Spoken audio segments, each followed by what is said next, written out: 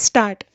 Unlike natural calamities that are beyond human control, avoidable disasters resulting from human error or negligence prove more tragic and completely imbalance the intergenerational equity and cause irretrievable damage to the health and environment for generations to come. Such tragedy may occur from pure negligence, contributory negligence, or even failure to take necessary precautions in carrying on certain industrial activities. More often than not, the affected parties have to face avoidable damage and adversity that results from such disasters. The magnitude and extent of adverse impact on the financial soundness, social health, and upbringing of younger generation may have been beyond human expectations in such situations, and where the laws are silent or are inadequate, the courts have unexceptionally stepped in to bridge the gaps to provide for appropriate directions and guidelines to ensure that fundamentals of Article 21 of the Constitution of India are not violated. The Bhopal gas tragedy is a glaring example of such imbalances and adverse impacts whereby courts' intervention, poor and destitute, have been provided relief and rehabilitation. The Bhopal gas leak disaster occurred on the intervening night of the 2nd 3rd of December 1984. Data reflecting the exact number of affected persons was not available initially. Earlier, it was felt that only a small number of persons were adversely affected in terms of health or otherwise by the leakage of toxic gases from the Union Carbide unit at Bhopal.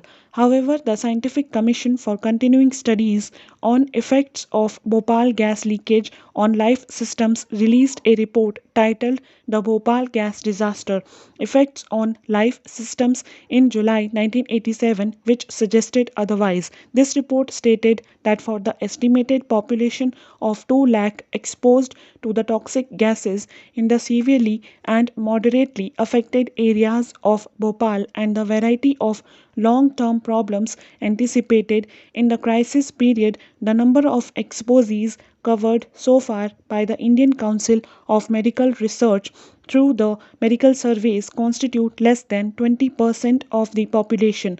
With the passage of time, this figure of the affected population has swollen to nearly 5 lakh. By the same scientific commission, it was also found that in general the output of the medical project so far had not equaled the magnitude of the tasks assigned to them, presumably due to lack of resources, trained staff, as well as physical inputs. This has to be remedied in the shortest time so that project is completed fully.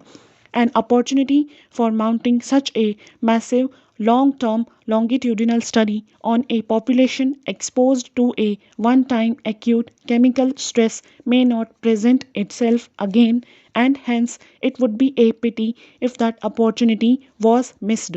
Various steps were recommended by the Scientific Commission from time to time to tackle the two main aspects of this disaster. Firstly, health care of the affected victims, and secondly, research work with the object to deal with the acute problems arising from this disaster on the one hand and to suggest preventive steps on the other.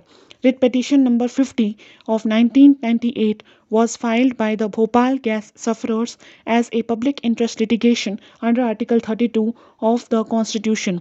This petition was founded on the rights available to the victims of Bhopal gas disaster under Article 21 of the Constitution, and it was prayed that they were entitled to receive free and proper medical assistance from the respondents, the Union of India, and the state of Madhya Pradesh.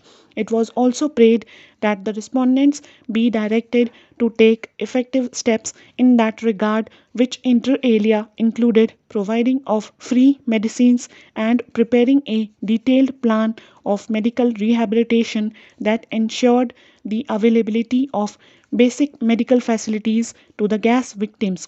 Lastly, it was also prayed that the ICMR be directed to resume and conduct research studies and to make public the reports published by it so as to provide the basic ground for issuance of appropriate directions by this court.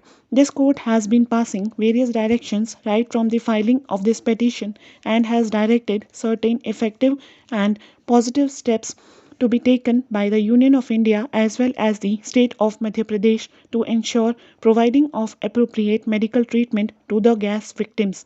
It is no use referring to the different orders passed by this court from time to time in detail. However, we will be referring to some of the important orders in brief which have a bearing on the issue now pending before this court and for passing of the final directions. To begin with, the ICMR had undertaken certain research works immediately after the Bhopal disaster and appropriate steps had been taken as claimed by the state and the central government to deal with the medical problem of the gas victims. However, it appears from the record and has been averred before us that after 1994, the ICMR illegally took an irrational decision to disband all Bhopal gas disaster related medical research. Stop.